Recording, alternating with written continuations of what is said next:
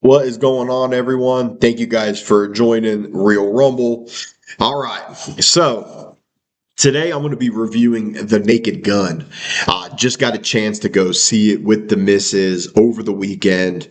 I know it's been out for a while now, but I finally went and saw it, man.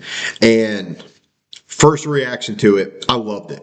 I loved it. It was absolutely hilarious. So let's go and let's talk about it a little bit. So there's gonna be some mild spoilers here, but I'm gonna do my best to not spoil too much for everyone because I do want to encourage individuals to go see it as well. So, one of the things, there was something I came across where anywhere up to 2015, going back and to the 80s, let's say, the box office.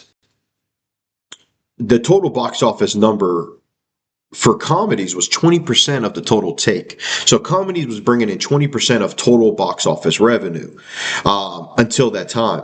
Well, over the last 10 years or so, it's down to I think it's 2%.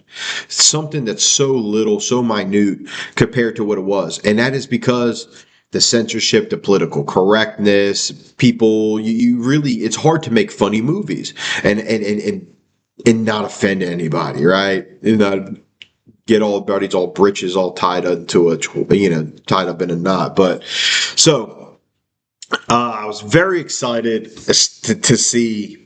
Let's just be real. The only comedy that we really get nowadays, man, I feel like are in action movies. Is more action comedies more than anything, stuff like that, and it's just like little one-liners, little roast about this or that, but when do we actually get something that's just so ridiculously just funny and stupid and just you can't help but just laugh at how ridiculous the shit is, right? Well, that's what we're getting with The Naked Gun, and that's what we got from the previous Naked Gun. Very happy with this. This is produced by Seth MacFarlane, created by The Lonely Island. I believe it's Akiza Schaefer who is the one that wrote and directed this movie. But this is just this was great, guys, man. Liam Neeson, his mixture of just seriousness and just silliness was just fantastic. Pamela Anderson is awesome in it, very hilarious.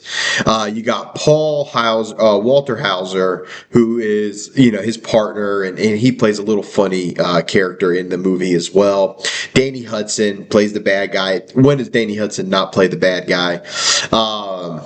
And it shows shades of similar to the original, right? With we had Hector Smith, like Montalban or something like that, the guy from Fantasy Island, when he was the bad guy in the original, and how serious he was, and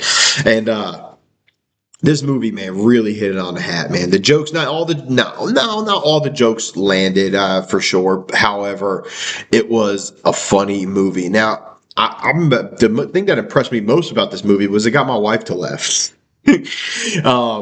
My wife is definitely hard to get her to laugh. She likes kind of like that dry humor, very like that British humor almost, But it is very hard to get her to laugh, and I've tried and I've showed her movies, this and that, and I've really tried. There's only been a few times that I was able to get her to laugh. Well, when we're in the theaters and just some of the things that were happening, I'm looking over and she's just cackling, man.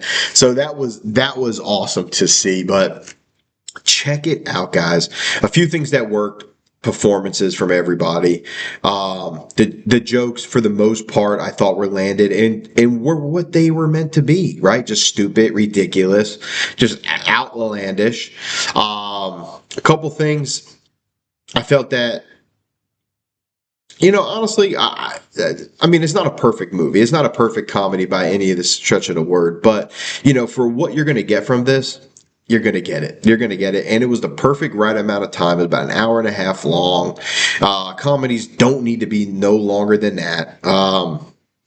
Very, very funny movie.